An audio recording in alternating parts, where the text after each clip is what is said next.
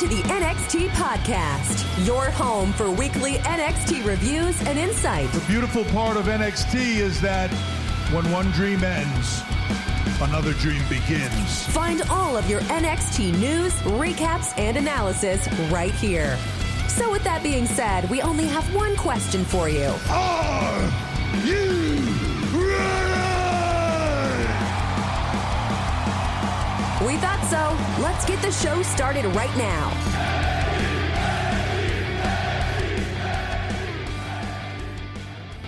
Oh, ladies and gentlemen, welcome back to the NXT Podcast, your Super Tuesday edition. Last week, we were one day late on getting that out to you, thanks to my equipment deciding that it just wasn't going to cooperate in any way, shape, or form, but we got that under control together because there's no problem we can't solve as a family. Now, we are here for, as I said, the Super Tuesday edition of NXT. We're going back to a regular schedule starting next week. This show felt much more like an interesting show or like a show that should be a quote-unquote Super Tuesday show. Last week was brought down a bit, as we talked about, by the fact that the main event didn't actually have a winner, which felt frustrating, and it felt like them trying to just string out this momentum from this match into another match that wasn't necessary. But we got some excellent matches up and down. We continued a few stories, and we have some good setup for next week, which is what we're looking for here. We're looking for good shows. We're looking for setups for other good shows. That's how the cycle continues. I'm going to be covering all that. As always, you could follow me on Twitter. I'm ZachNXT. That's ZACHNXT. We're always talking about wrestling over there, being just good old pals. That's always fun over there. Now, before we do get started, we like to talk about the news and the notes, as you know. Now, the big story that's been going along this week that I've had to rewrite several times as information has come across. That's one of the advantages of doing a show on Tuesday or Wednesday, is that by that point, usually the news is pretty well settled, was that there were some issues with Cameo and Twitch and WWE. Specifically, as the story unfolded, originally we thought that everybody who was using either Cameo, so for example, Big E, who uses Cameo, he's very popular, obviously. I believe he donates it to charity, and he's made well over, I want to say it was $100,000, something to that effect. He's made a ton of money for great causes.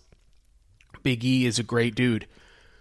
And we have a lot of people that stream on Twitch and do all these fantastic things. And originally we thought that WWE performers weren't going to be able to be affiliated with third-party sites like that. Because, I don't know, man, because Vince McMahon finally figured out that these people were doing internet stuff and he doesn't like it. I can't really figure it out. Then it came down that WWE, generally speaking, once you come into a company, owns your name. So, for example, I don't believe John Cena owns his name. He is somebody that came up through WWE. So when you come to WWE, whatever name you use, whether that is your real name or a performer name, that is a name that the WWE owns. And for whatever reason, again, I spent a lot of time thinking about it, and I can't think of a good reason why you would not want your performers to be on these sites. I can think of a bunch of reasons why it's bad. But it seems as though our beloved superstars may be able to get away with being on these sites so long as they don't use their in-ring names. Now, a lot of people were very angry when this first came out, myself included, because I enjoy a lot of people who are in WWE and stream games. It helps me not only be entertained, but feel more related to that person who is streaming. I find out more about them as a person, and it makes me care more about them as a performer. So it's all good things from that angle. From the bad side in WWE, if I could say those words correctly, I don't see downsides. You are a company that doesn't have a video service that lets fans pay for somebody to record a message. You also don't have a third-party streaming service. I could understand almost if WWE for some reason had their own streaming service and they didn't want people to use a different one, but they don't have anything like that. So it's really just you nailing down on people's hobbies and ways that they're making money outside of WWE, or like a Big E, you are taking money away from charity just because you don't like your performers being on something that's not very specifically your show with a Zoom meeting behind it. Now, that is good news that everybody is going to be able to continue to stream, if that is true, under their real names. However, I see a problem with that. If you let Big E, Xavier Woods, Tyler Breeze, Dakota Kai, Paige, AJ Styles, Seth Rollins continue to stream or do cameo or be on the YouTube channel, then if somebody were to stumble across, let's take, for example, an AJ Styles stream. He's usually streaming, I want to say on Mixer. It's Mixer or Twitch, can't remember. But say somebody comes across that and they're playing games and they're now into this AJ Styles guy. Well, I would think that that would raise awareness for your product you're trying to get them to watch, since what you're selling is the superstars. And it would hopefully bring eyes to a product. Or if it doesn't bring eyes to a product, it at least helps existing fans feel more connected with their favorite superstars. Because if you spend a couple hours with somebody on a stream, you get to know them better. It's a fun experience. The other problem is that if everybody has to use their real name, what that means is that if you go to Cameo and you want a shout out from Big E, well, you can't do that. You'd have to search for Ettore Ewan. That is Big E's real name. If you want to go to Up, Up, Down, Down and see Xavier Woods streaming with a couple of his friends, you can't do that. You have to go find Austin Watson. If you want to go see him hang out with his buddy Tyler Breeze, Prince Pretty, you can't do that. You got to look for Matthias Clement. Okay, fine. Maybe YouTube's not your thing. Maybe you want to go over to Twitch, just hang out with Dakota Kai for a bit. Well, you can't, because you have to search Cherie Georgina Crowley. Or if you want to hop over to Paige's stream, you can't do that either. You have to find Soraya Jade Bevis. Heck, maybe you're still rocking with AJ Styles over on Mixer. You can't do that anymore. You got to search for Alan Neal. Maybe, okay, let's try the YouTube again or a stream. Maybe Seth Rollins is jumping in on a Madden tournament. You know, he's a big old Bears fan. He gets mad when he's losing. It's funny. He's pretty good at the game. You can't do that either. I'm so sorry. You got to search for Colby Lopez. Now, here's the problem. If I have to search for Ettore Ewan or Austin Watson or Matthias Clement or Cherie Georgina Crowley or Soraya Jade Bevis or Alan Neal or Colby Lopez, people aren't going to find them as easily, because when Colby Lopez is on a Twitch stream, you are not connecting it with Seth Rollins anymore. Or if you see Seth Rollins on your TV and you search his name, chances are you're not going to find it as easily. I didn't know Big E's name was Ettore Ewan until I looked it up. I didn't know Austin Watson was Xavier Woods. It's easy enough to find, but if I have to go through an extra step to find somebody, I don't know that I'm as likely to do it. And what you're doing is, for Ettore Ewan, you're taking away an avenue that has allowed him to donate tons and tons and tons of money to charity that he's raising by himself. For Austin Watson, you are taking away, if you go as far as YouTube, to take away what could very likely be a second career, and giving somebody who is currently injured and can't be a part of your product an outlet to be creative and to be fantastic. Paige hasn't been on WWE TV and I don't know how long. At this point, she's more of a streamer to me than she is a wrestler or a manager. So if we are going to have everybody use their real names, that is fine, but that is going to affect all of the people that are streaming or are doing Cameo.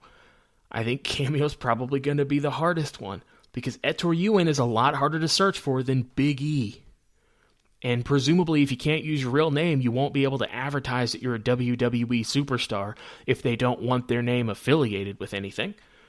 So all that you have done is you have effectively you've made it harder for people to maintain an audience and fan base. You've certainly made it harder for them to gain new followers. And you're clamping down on a creative outlet, I imagine, for no reason other than you don't have control of it, and so you think it's bad.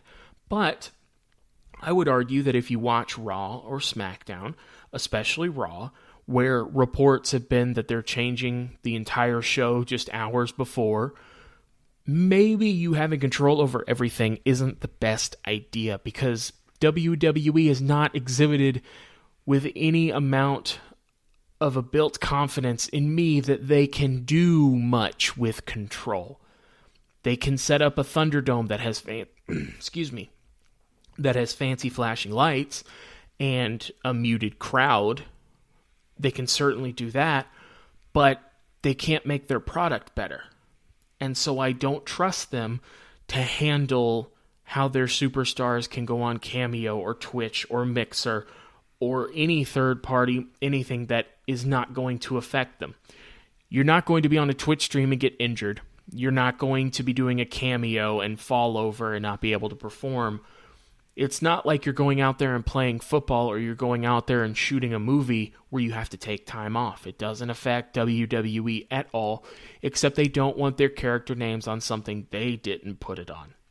And that's your right as a business. The people sign the contract. You own their names. That's great. I'm so very happy for you. I'm sure that you feel great about yourselves for doing it. And while it might be good business, I can't figure out how, but it might just be, it's not really being good people.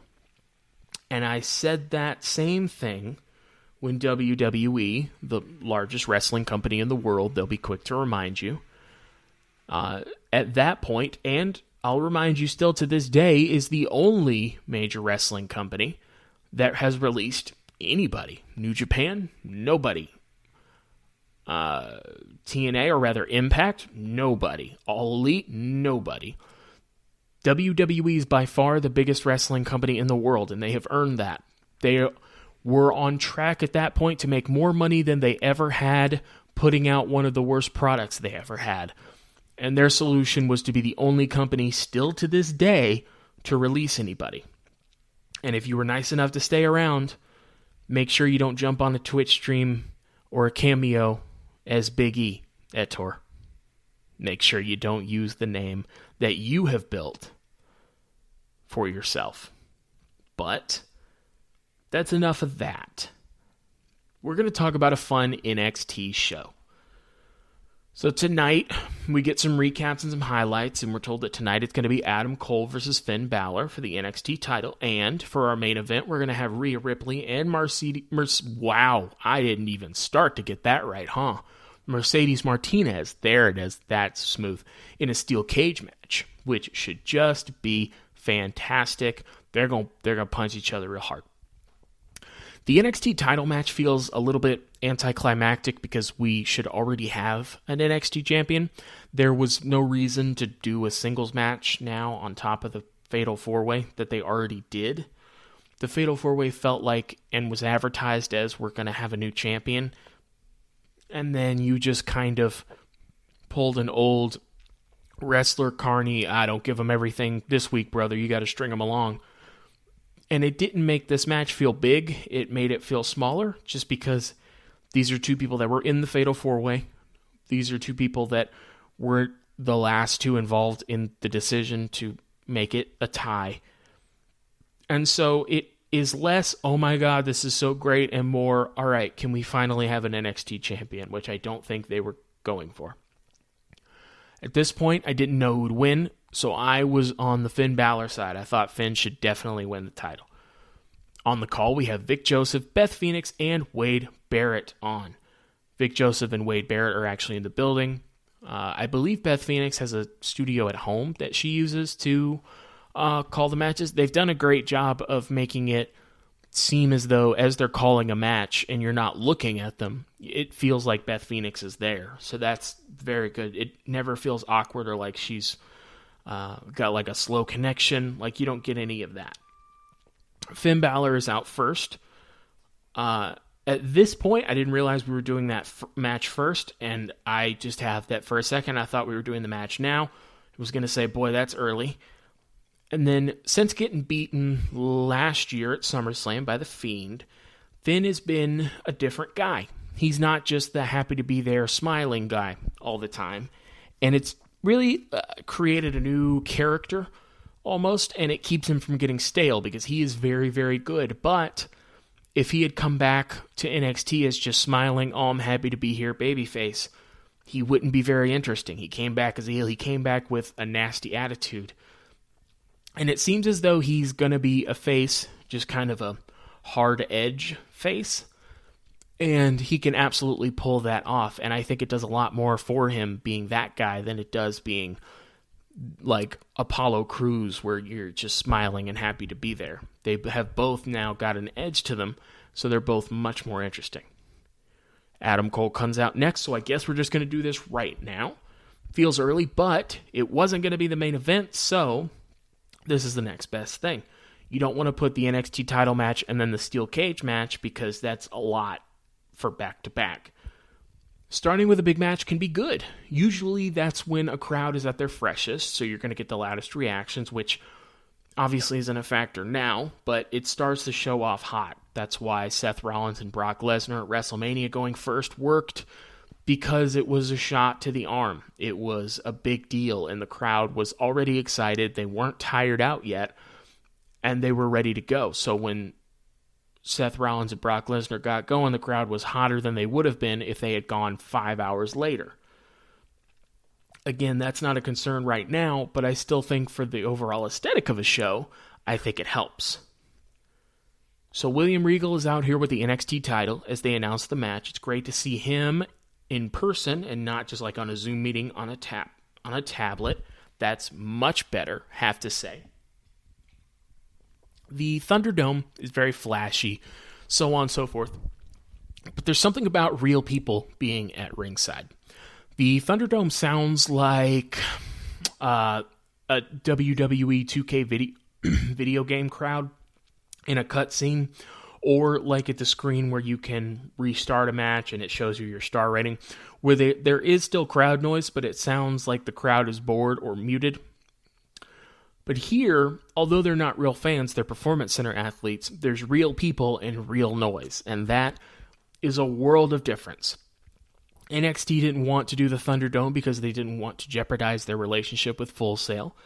I'm fine with that, and frankly, I think it sets NXT apart from Raw and SmackDown in main event, and I still think it's better to just have the people there. I like that WWE is doing something to try and get fans feeling like they're back in the arena, but that sound is the most important thing in wrestling, it seems like, and you just apparently can't replicate that yet through technology.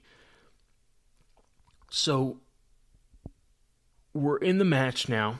We're getting towards the end, and Finn hits the coup de grace. Adam Cole kicks out. They said that nobody has kicked out of the coup de grace. Now, there's just no way that's true. Between NXT and especially the fact that Finn was on the main roster, there is no way that nobody's kicked out of the coup de grace. I think Kevin Owens did when he was still in NXT.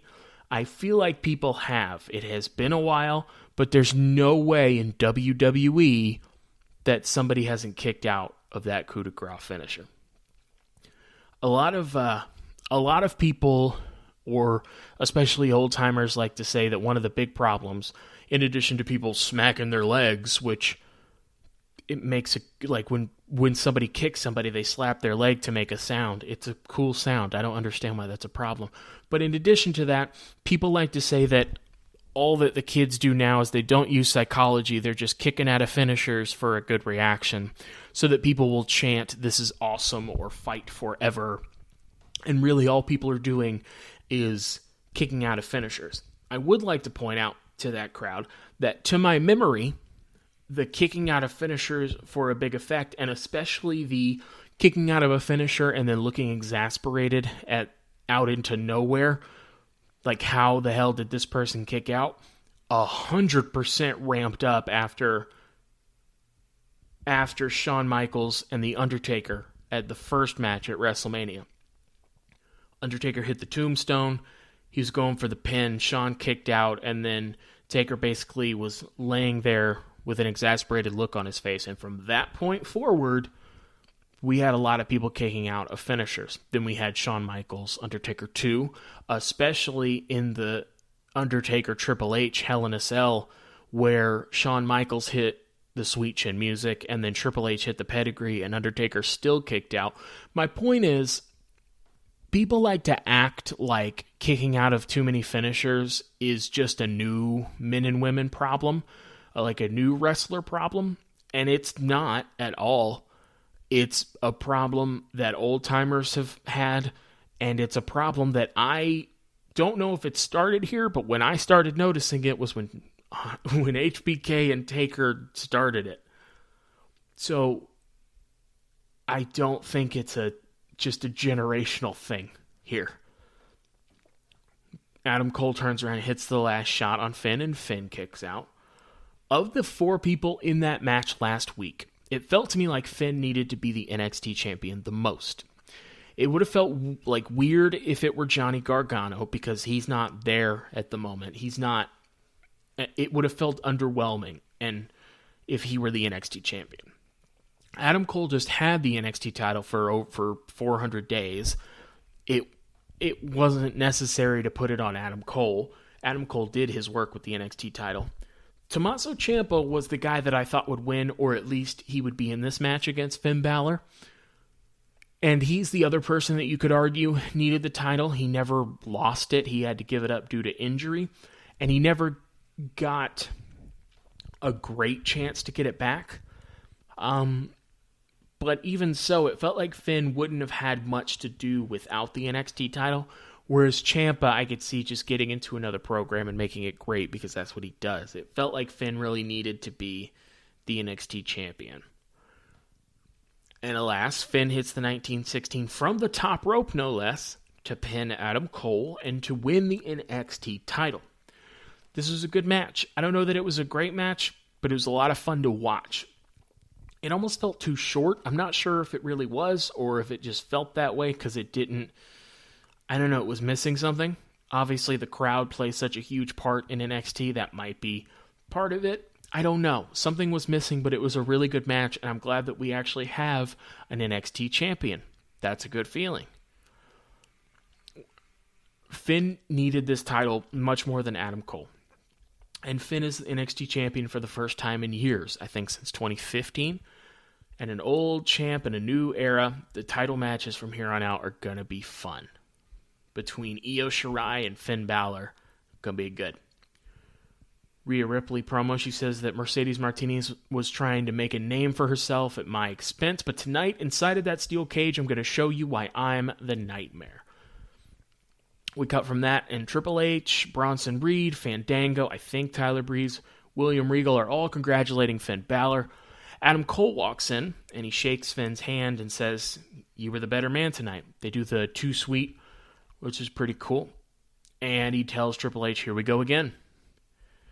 And he's being interviewed. He says, people asked, "Finn, why did you return to NXT?" He points to the title. He says, "This is the reason right here. Finn Balor, NXT champion." Fantastic. Loved it. Robert Stone's being interviewed in the back. He finds Shotzi Blackheart's tank that he was run over by 2 or 3 times now. He's about to hit it with a pipe. And Shotzi shows up and says, "Hey, what are you doing?" Before she can do anything, she's taken out by Aaliyah, and Aaliyah knocks her through like a curtain partition, and they crash through it. And when they crash through it, they land on Io Shirai. So Io Shirai and Shotzi Blackheart follow Aaliyah into the ring because she's running away. Io and Shotzi start beating up Aaliyah. Robert Stone tries to get on the top rope and jump and attack them while they're not paying attention, but Shotzi hits him in the stomach and takes him out. They both go to the top rope. Io hits a moonsault on Aaliyah, I think, and Shotzi hits the senton from the top rope on Robert Stone. They high-five. In the commotion, the NXT Women's title is in the ring. Shotzi picks up the NXT Women's title. She almost hands it to Io, but then pulls it away and is raising it up smiling before Io pulls it away from her. I think what Io said was, "I like you, Shotzi, don't make me hurt you," which is just a great thing to say. And then she leaves while Shotzi is still in the ring smiling. So, Io and Shotzi right now, please, in a match, please. Thank you so much. Timothy Thatcher segment. He's doing a film study with his students for Thatch as Thatch Can. He's studying the tape of Damian Priest. He says when he punches, he's a great striker, but there's always an arm dangling, leaving him open to a counterattack. He says Priest leaves his feet a lot, and that is just stupid. When your feet are on the ground, you are in control. So, Thatcher's doing a lot of tape watching and studying his opponent. That's really cool. You don't see that a lot in wrestling. It would make sense that if you're going up for a title match, you would be studying your opponent. It's just not something we see a lot. And I think that's something that I would like to see implemented more, not exactly in this way, just so that it's not all the same thing, but could be an interesting concept that if you're going into a big match, it would make sense that you would study your opponent, I would think. Okay, here's the thing. Velveteen Dream's on my TV, and I thought that by this point it would feel less weird, but it feels exactly as weird. Look, I don't pretend to know what specifically is going on with the allegations made against him and the statement that Triple H made, which is that they looked into it and didn't find anything. I know that I don't necessarily trust WWE to make that final judgment, nor do I know if there are going to be any charges filed or if there's legitimacy to every claim made against him. I simply do not know. I have looked and I cannot find conclusively one way or the other. What I do know is that seeing Velveteen Dream on my screen, knowing the accusations, and just the way the gimmick comes across now is weird for me, and it feels bad. And I was never the hugest fan of the Velveteen Dream gimmick just because I thought when and if he got to the main roster, it would be taken as a joke. It would have been Goldust, except probably taken less seriously. And while Goldust had a great career, I don't know that if you give me every gimmick in the world, I want to be a Goldust or a Velveteen Dream, because they tend to put you in the same kinds of situations. And the Velveteen Dream gimmick is hypersexual. It's Prince. The gimmick is Prince. He's Prince. If Prince wrestled, he'd be the Velveteen Dream, is what the gimmick is. But I thought that it was a matter of getting used to seeing him again and it not feeling as weird. But it's not. It still feels weird and it still feels bad. Whether that's fair or not, I can't answer that for you personally. If you enjoy watching him, absolutely do. If you don't enjoy watching him, absolutely don't. And I do not begrudge you either way. You like what you like. If you're somebody that can separate art from artist, fair enough. I can respect that. I'm not somebody that can separate art from artist. I've never been able to, and I certainly can't start now. This is a match against an enhancement talent. Here's the thing. This is obviously weird for me, as I said, and I imagine it's probably weird for you just based on all of the feedback I've seen on him. So here's what we're going to do. We're just going to skip it. I couldn't skip Velveteen Dream when he was in the ladder match for the North American title because he was one of the principal characters in that, but I can going forward. So this segment I didn't watch. I fast-forwarded it. If you are a fan of the Velveteen Dream, I absolutely do not judge you, nor do I begrudge you in any way, shape, or form. I mean that sincerely, and I sincerely mean you can absolutely go back and watch this. I imagine it was an interesting match with an interesting enhancement talent just to get the Dream over. But for me and people who think similarly to me, the people who can't separate art from artist, who aren't comfortable with the gray area that we're left in with him and the gimmick itself, it makes me feel bad, and that's not why I watch wrestling. If this is all cleared up one day and he's given a clean bill and we can move forward from there, that would be great. But as everything stands right now, unless it's an unavoidable segment, I'm just not going to use the time that I have on this platform where we try and have fun and everything like that to cover it. The worst stuff that I want to cover is when I'm talking about news and notes and I have a bad story to report. This already feels weird enough. If you like it, check out the Hulu version. It's on there. Otherwise, we're going to move on. Breezango's doing an interview as the new tag team champions. It's a comedy thing because they're very funny, and I imagine they're going to be transitional champions because no brand seems to take them very seriously. They do that WWE thing where they find out you're funny, so all that they have you do is jokes, and then that gets on you, and then you never really shake it. It's a lot of Imperium being serious and be like, you guys are bad for the sport, and your jokes are the sport, and then Breezango coming back with, yeah, well, we have your hardware, the one thing that was interesting about you. I like my steak to have a little sizzle. Okay, cool. It's a lot of Imperium being serious and Breezango doing bad jokes that it seems like were written for them. I'm all good. There was more in there, but I promise you nothing important. Next week, it's Imperium challenging Breezango for the tag titles. I don't know if Imperium's going back to NXT UK when they open that, so I don't think that Breezango's going to lose yet, but I don't think Breezango's in for a long tag team title run. They're not the general template for NXT tag champions, I don't think, but we'll see. Bronson Reed versus Austin Theory next. It's a pretty good match. Bronson Reed wins with a standing senton and then goes up to the top rope and hits a splash after Austin Theory couldn't lift Bronson Reed because Bronson Reed's a big boy. Impressive by Bronson Reed. I really thought he was going to win the North American title when we were leading up to TakeOver.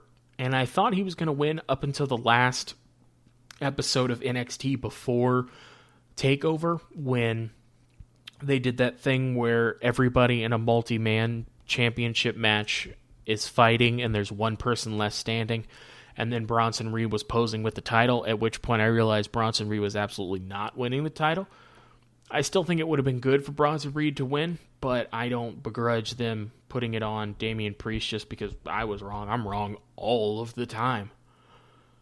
So we'll see what they do with Bronson Reed going forward. They're certainly using him more and more seriously than they did. So if nothing else, he was elevated by that match, although he didn't win it.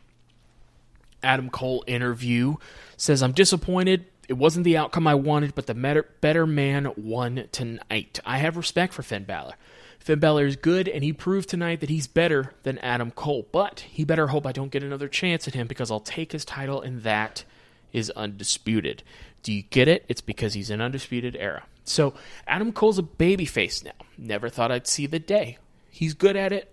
He's just great at being a heel. It's kind of like Kevin Owens on Raw. Kevin Owens is either my first or second favorite wrestler given the day.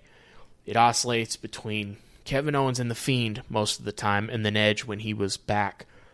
Right now it's Kevin Owens, and Kevin Owens is very good as a babyface because he's an excellent talker, but Kevin Owens is his best version as a heel. He just is able to tap into that and make people hate him. Adam Cole, I think, is the same way, where I think he's going to be a really good babyface because he's fantastic in the ring, he's fantastic on the microphone, but there are some guys who are just heels, man. They're just bad guys.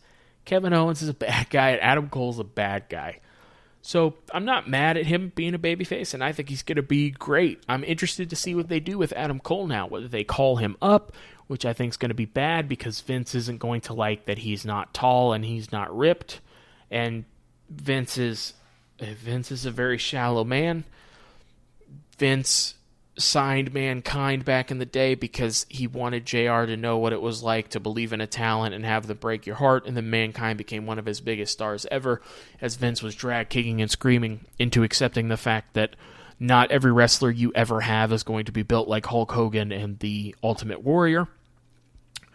So I don't know that he's going to get a fair shake on Raw or SmackDown. I don't think that they care as much about talent as they say they do. I think that there's still that 80s mentality of you have to be able to turn heads when you walk through an airport. I never understood that. I never understood why that would be important to viewership. If I see somebody in an airport that makes me turn my head, I don't run up to that person like, "Sir, what do you do for a living? Is there any way that I could watch you maybe on a national television program?"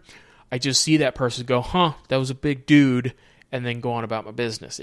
I don't see how that translates into having a great product. I think a Kevin Owens is just as valuable as a Bobby Lashley. Just because they look different in their physiques doesn't mean that one should be given more chances than the other. But the powers that be very clearly disagree with that. So I'm worried for Adam Cole, but he is 100% overqualified to be very good on that main roster. So I hope that if he does go up, he's put in a good position. Damian Priest interview. So here's the thing. Interviewer comes to him and he's told that Thatcher is game planning. He says, we saw the clip of him watching and taking notes. What is your response? And your NXT North American champion says, my thoughts were, man, he's ugly. He wants a game plan. I'll give him one. I'm going to punch him. Then I'm going to kick him. I'm going to punch him hard in his stupid face. So just to recap, Timothy Thatcher, the challenger, is literally studying tape of Damian Priest matches and finding weaknesses he can exploit. Whereas Damian Priest is saying, ha, man, he's ugly. I'm going to punch him in his stupid face because Timothy Thatcher's not handsome, I guess is what we're doing. And then Damian Priest says, I'll beat him and then I'll have my normal celebration, which, as you'll remember, is he hangs out with women in a hot tub still wearing the leather pants that he wrestled in. And he says to the interviewer, who is a white blonde woman, and of course, I'll be celebrating, which you are, as always, more than welcome to join. Because what you want your babyface champion to do is unsolicited hit on women who did not make any advance towards you and say that somebody is ugly and has a stupid face. Cool. That's our champ, baby. I don't blame Damian Priest for that. That has nothing to do with Damian Priest. I promise you that. If Damian Priest had his choice of what to say there, I very highly doubt that that is what he would have chosen. Doesn't make me interested to see your match, just makes me not interested in you. Also, it's a weird thing for a babyface to do, but not weird for a WWE babyface, necessarily. Next week, we find out it's going to be Shotzi Blackheart versus Io Shirai, I believe in a non-title match, which, yes, please, that's going to be great. We cut back, the steel cage is down, and now it's time for our main event. Wade Barrett says here that I've competed in steel cage matches against Randy Orton, Daniel Bryan, John Cena, and I hated every minute of it. This is flesh versus steel, and to this day, steel is still undefeated. Boy, oh boy, Wade Barrett is so good at this, and I want him to be a commentator forever. It makes sense that he would be good at it. He was always a good talker, and he should have been bigger than he was in WWE. Still carved out a solid career. He and Vic Joseph and Beth Phoenix were really good tonight. I'm very much going to miss Mauro Ranallo. I don't know why he's gone. I don't know what's going on. And I'm going to miss their dynamic. I'm going to miss Nigel McGuinness. It seems like he was obviously furloughed because, you know, WWE is so strapped for cash. They had to furlough people. Again, just friendly reminder, only company in wrestling to do that still to this day. But seems like he might be brought back to be on the NXT UK brand. I don't generally watch NXT UK just because I have my plate full with Raw, SmackDown, doing the NXT podcast, which you're currently listening to. So I won't hear from him a lot, but Nigel McGuinness is fantastic. I think Wade Barrett fits really well on NXT. I think Vic Joseph is really good on NXT, and Beth Phoenix has improved a lot, and she's excellent. And so I like the team that they have right now. And Wade Barrett is adding a lot to it. Not only the voice and the sense of humor, but just the fact that he's been in WWE and he could drop, I've been in steel cage matches against some of the best, and I hated every minute of it, puts a steel cage match over so much more than just saying 2 tons of steel or however much. It makes it personal, and you can really feel it. You can feel it more when Wade Barrett says it because you've seen Wade Barrett in these types of matches before, and he can draw on experience, which through no fault of their own, announcers usually can't, which helps paint a better picture of what we're going to see here. Mercedes Martinez comes out first, accompanied by Robert Stone. She comes to the ring with a kendo stick, throws that in the ring, goes under the ring, grabs 2 chairs, throws them in, goes back for 2 more chairs, throws them in, goes back again for a table, but Rhea Ripley attacks her before she can get it. Rhea then kicks the cage door as Mercedes Martinez is wedged between that door and the outside of the cage. They're not even in the ring yet. And then she throws Mercedes in the cage. Then Rhea grabs the table, brings it into the cage. This was an excellent match. It was hard-hitting. It absolutely should have been the main event. Robert Stone was basically left hanging on the top of the cage when he was trying to climb in and help, but then Rhea attacked him, and then Mercedes Martinez took Rhea out, so it just left Robert Stone comically hanging from the cage. Robert Stone is great. I don't care what you say. He's fantastic. He could be in every segment. I'm never going to get sick of him because he's so great. So they have the table set up, and they're sitting in the corner very close to the table. Mercedes Martinez is trying to put Rhea Ripley through the table. Rhea Ripley finally overpowers her, and Rhea hits the riptide from I believe it was the second rope or top rope. She does the riptide from the top rope through that setup table and picks up the win. Again, excellent match. It absolutely deserved to be the main event based on the match that they had. The story, maybe not as much just because of the way that it was set up, but these two women over-delivered in this main event. It didn't feel like a steel cage match for the sake of a steel cage match, which can be a problem in WWE, and it didn't feel like a women's steel cage match for the sake of having the first ever women's steel cage match like WWE likes to do. It felt like two badass wrestlers who were really mad at each other could not solve this any other way but to get in a steel cage. And I like that there was really no attempt by either of them to escape the steel cage. It always feels weird when your heroes can just escape and you win by escaping. I imagine you could have, but they were going for the kill. They were going for pins. They were going for submissions. Neither of them had any interest in leaving the cage. They just wanted to fight uninterrupted. And that's a really, really cool way to do a steel cage match. They had a lot of weapons, but they didn't overdo them. They did a lot of moves onto the weapons and would throw chairs and use the kendo stick to get out of Rhea Ripley's submission. The finish coming through the table. There were a lot of creative ways and not overstated ways to use the weapons that can be a trap for a lot of wrestlers in a lot of matches, and they navigated it really well. The weapons made it feel brutal, but it didn't feel like the weapons were a crutch. It felt like they could have had this match without them, but it added a level of intensity that wouldn't have been there otherwise. Point being, Rhea Ripley is the friggin' best. Mercedes Martinez is awesome, and Rhea Ripley wins, which I think is the right outcome. I think after, in a .com thing, Robert Stone, I think, fires Mercedes Martinez from the Robert Stone brand, and then Mercedes Martinez, as she's leaving, is given a restraining order by Robert Stone. So now the Robert Stone brand is back to just Robert Stone and Aaliyah. I want more Robert Stone, so I imagine he's not going anywhere, but it definitely helped having Mercedes Martinez in the Robert Stone brand because Aaliyah is there to just get beat up like in that earlier segment. So was Robert Stone. And then they had this machine in Mercedes Martinez, but that's over now. So Robert Stone's probably going to go back to just being a comedy character, which he's very funny, so I don't hate. But with that 3 count, that means that my time is just about up. I know, I'm sad too.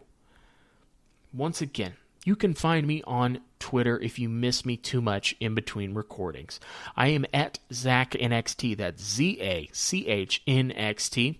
If you want to talk wrestling or life or anything, if you have any questions, comments, concerns, anything you want to hear brought up in the show. A lot of times my news and notes segment come right from Twitter and people's opinions, and we can hash it out there and I can talk about it on the show. Otherwise, I hope that you enjoyed this week's episode because I certainly enjoyed making it. I have been Zachary Smith. You have been just the best. Thank you, and have a great day.